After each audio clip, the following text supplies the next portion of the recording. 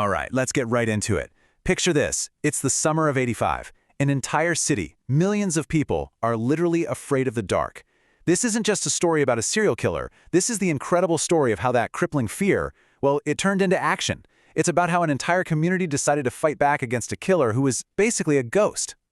Wow. I mean, just let that sink in for a second. That one sentence, it just says it all, doesn't it? It perfectly captures this chilling atmosphere that just blanketed Los Angeles. Think about it. The simplest thing, letting in some cool night air, suddenly became a life or death decision. Just terrifying. So yeah, a city in fear, the summer of 1985. You gotta understand, LA was this place of warm nights, quiet suburbs, the kind of place that practically begs you to leave your windows open. But someone, a predator, started using that exact idyllic setting to his advantage. He turned the one place you're supposed to feel safe, your home, into the most dangerous place on Earth. And here's what made it just so bone-chillingly scary. The sheer randomness of it all. This killer, he had no type. The victims were young, they were old, we're talking kids, we're talking the elderly. Your age? It meant nothing. It offered zero protection. And you know what else didn't matter? Your gender. He attacked men and women. Any idea that this was some kind of targeted thing, just gone, shattered. So now everyone felt like they could be next. Everyone. And just to complete this nightmare scenario, the attacks were all over the place. I mean, geographically scattered. From the valley all the way down to Orange County.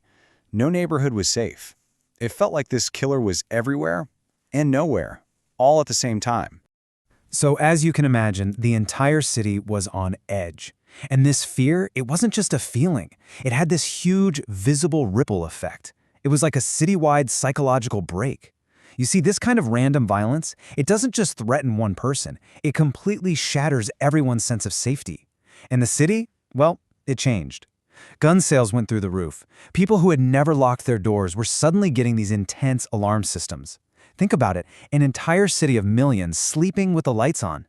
It's such a powerful symbol of the darkness they were trying to keep out.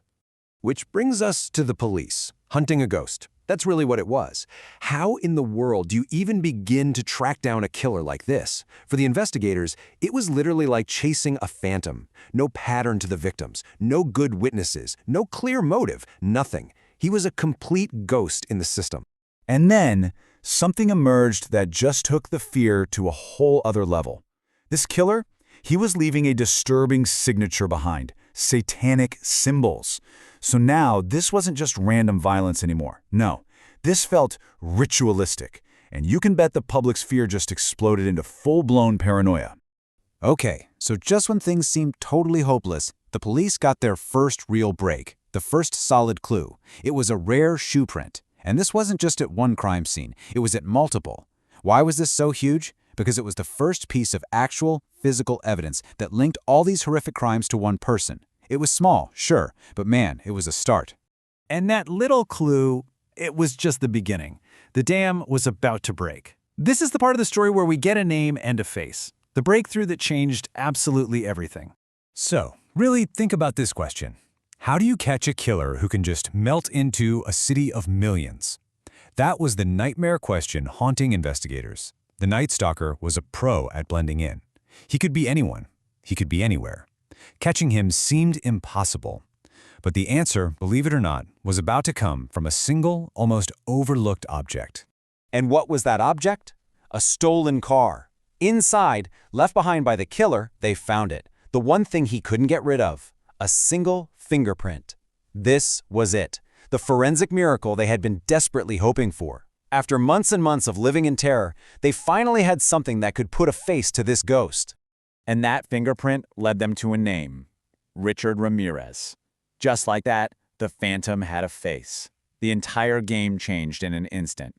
The investigation went from a desperate defensive search for clues to an all-out citywide manhunt for one guy.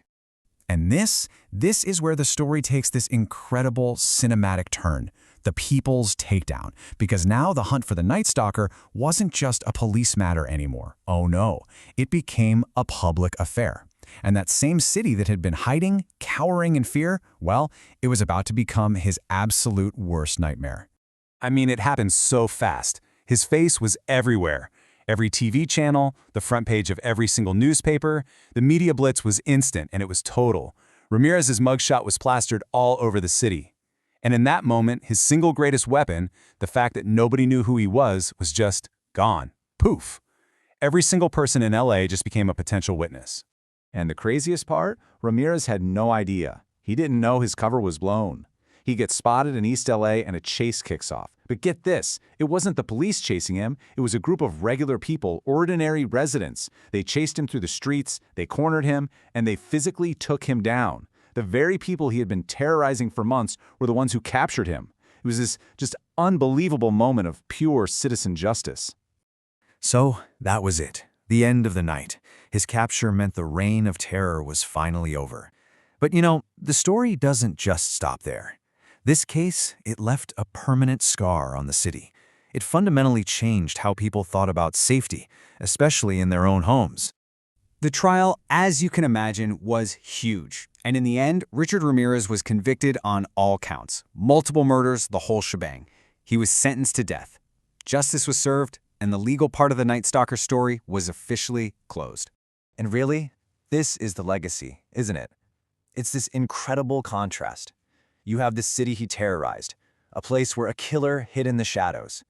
But then you have the city that captured him, a community that united in the light.